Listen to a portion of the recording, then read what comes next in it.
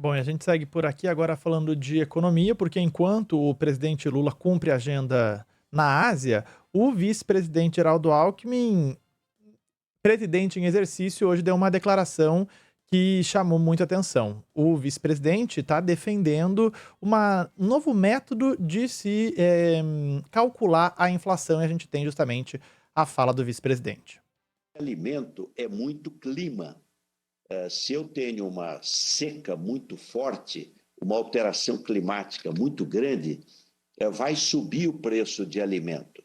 E não adianta eu aumentar os juros, que não vai fazer chover. Então, eu só vou prejudicar a economia, e no caso do Brasil, pior ainda, porque aumenta a dívida pública, cada 1% da taxa Selic.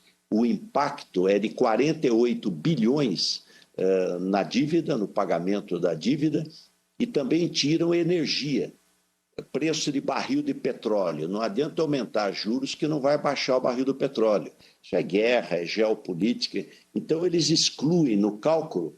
Eu acho que é uma medida inteligente.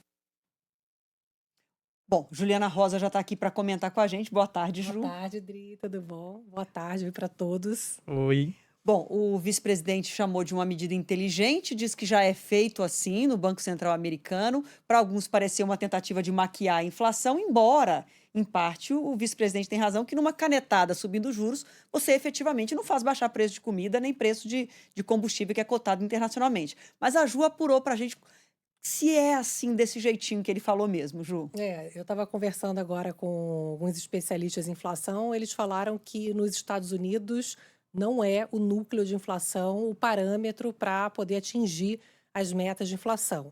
No entanto, o núcleo de inflação é um parâmetro que faz sentido ser um parâmetro para poder olhar a questão dos juros, porque, como você está dizendo, Adriana, de fato, se tem um aumento de tomate, não tem sentido, ou do ovo, né? Se subir juro, não vai fazer o tomate ou o ovo cair de Baixarem. preço, né? A questão é que você tem duas questões aí que eu acho importante compartilhar com vocês. Uma é que o núcleo de inflação ele é levado em consideração, sim, pelo Banco Central, para poder entender se a inflação ela está subindo por algo pontual, porque o núcleo ele exclui movimentos muito bruscos fora da média. Então, você tem uma disparada pontual de algum preço específico, tomate, por exemplo. Então, aquilo serve de parâmetro para ele até não subir juro, falando, bom, isso aqui é pontual, é algo que não está espalhado, não é uma tendência à inflação. E a gente aqui no Brasil tem uma inflação que está espalhada. Então, acho que, obviamente, o Banco Central olha o núcleo, mas ele olha que é uma questão espalhada. Sobre o fato de não olhar não tomar a decisão de juros baseado em alimento, por exemplo, o Banco Central ele olha a inflação inteira. Obviamente que ele olha mais para onde ele pode atingir, que é serviços, que é consumo, que é salão de beleza, mecânico, restaurante, como a gente fala, mas também ele não pode ignorar a parte da inflação completa, porque no Brasil a gente tem uma economia que é muito indexada. Então, se ignorar uma parte importante da inflação de alimento, por exemplo, ou de combustível, e excluir outros itens que tiveram movimentos mais fortes do que a média, no ano seguinte, os preços vão ser reajustados com base na inflação inteira, porque a gente tem um histórico, um passado de indexação. Então, aluguel, plano de saúde, escola, salário mínimo, tudo é reajustado com base na inflação do ano anterior. Então, o Banco Central, se ele ignorar essa questão que acaba sendo uma dificuldade para ele esse ano, por exemplo, que ano passado eu me lembro que muita gente discutia isso. A inflação subiu muito porque teve um problema climático. Só que esse ano, o salário mínimo, por exemplo, ele foi reajustado com base na inflação inteira do ano passado.